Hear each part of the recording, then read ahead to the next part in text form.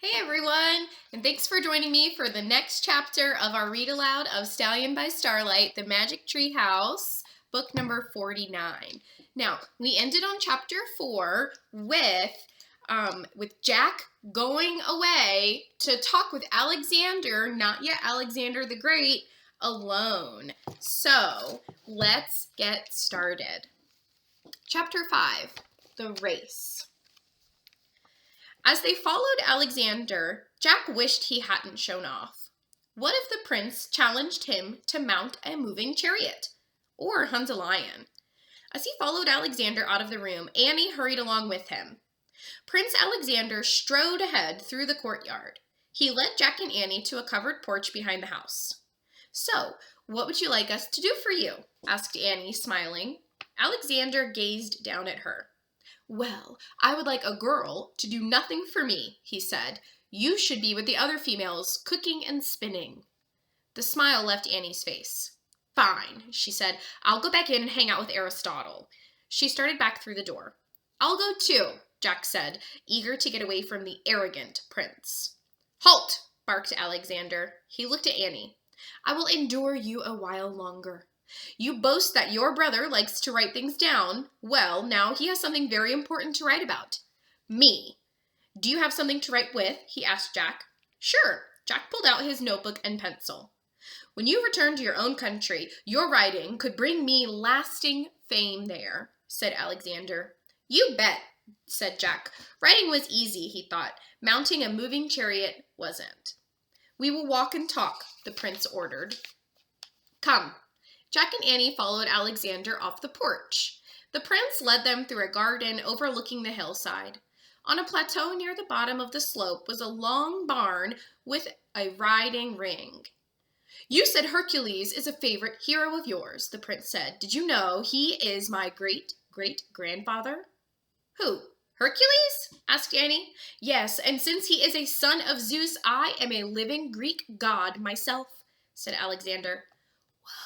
Thought Jack. He rolled his eyes.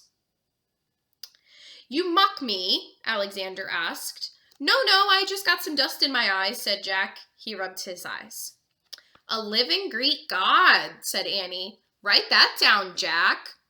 "Of course," said Jack, but he wrote, "This guy's a raving nut."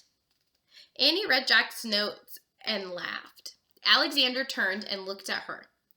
Annie tried to change her laugh into a snort. "Sorry, I got some dust up my nose," she said, scratching her nose. The prince kept walking and talking. "This means, of course, that when I go to war, I will never lose a battle. Soon I will be master of the universe."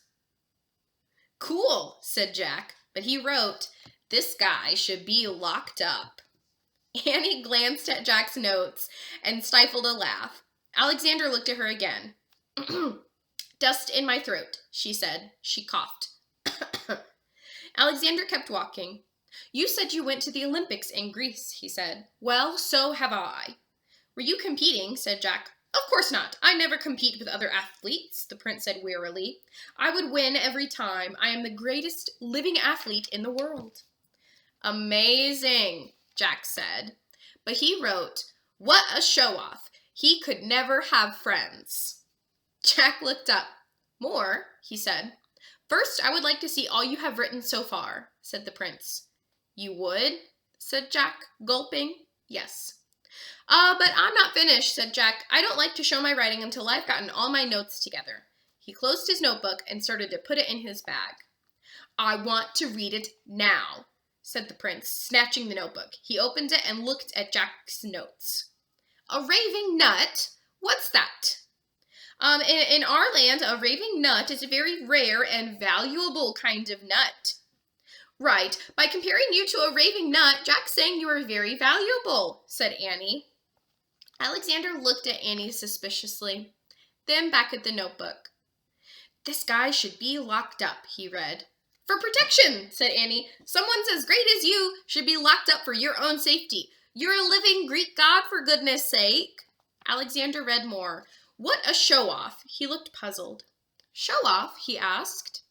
"That means you can't help showing the world how great you are," said Jack.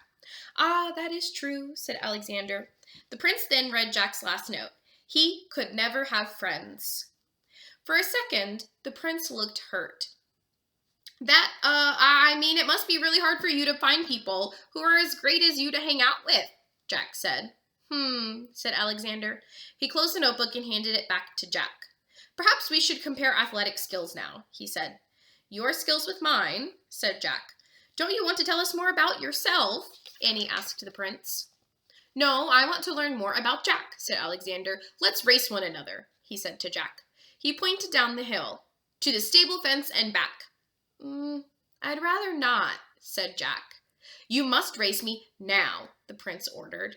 Okay, said Jack. He was a pretty good runner. Maybe he had a chance to win. He put away his pencil and notebook and handed his bag to Annie. Then he knelt down on one knee. Go! Shouted Alexander. The prince sprinted down the hill towards the stable, his purple cloak flying behind him. Jack ran as fast as he could, but Prince Alexander ran much faster. Here's a picture. By the time Jack touched the fence of the stable, Alexander was already running back up the hill. In the searing heat of the late afternoon, Jack struggled to keep going. Halfway up the hill, he felt like he might pass out. Come on, Jack, come on, Annie yelled. Alexander stood at the top of the hill, grinning down at him. When Jack finally reached Alexander and Annie, he wobbled a few steps and collapsed. Jack, Annie cried. She knelt beside him. Are you okay? Alexander walked over to them. Instead of helping Jack up, he just stared down at him. I think being a winner is much better than being a friend, the prince said. Don't you? No, said Annie. You're mean. All right, I'll give your brother another chance, said Alexander. Would you like to race again, Jack, or perhaps wrestle? Jack didn't answer. He was just trying to breathe. I didn't think so, said Alexander. Perhaps you should compete against girls in the future. Very funny, Annie said. Hold on, Prince. She reached into Jack's bag and pulled out the tiny bottle. Then she leaned close to Jack and whispered in his ear. Here, sniff the magic mist. Race him again. Show him. She slipped the tiny bottle into Jack's hands.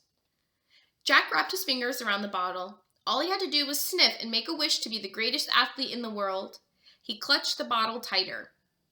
Then a strange calm came over Jack.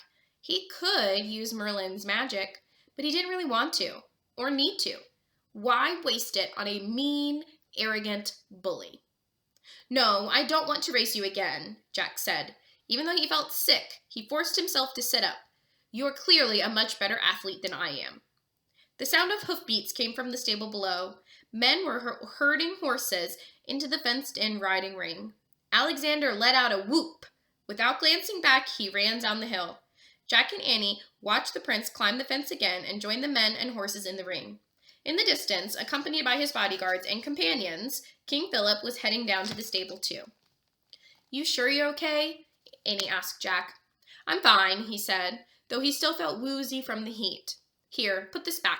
He handed the bottle to Annie. He's not worth it. You're right, said Annie. I'm totally done with him, said Jack. What about our mission? Annie asked. There's a truth about greatness we're supposed to learn from him, and we haven't learned it yet. Yes, we have, said Jack. The truth is, he is not that great. Annie held up her finger to show Jack the ring. I don't think that's it. The ring of truth isn't glowing.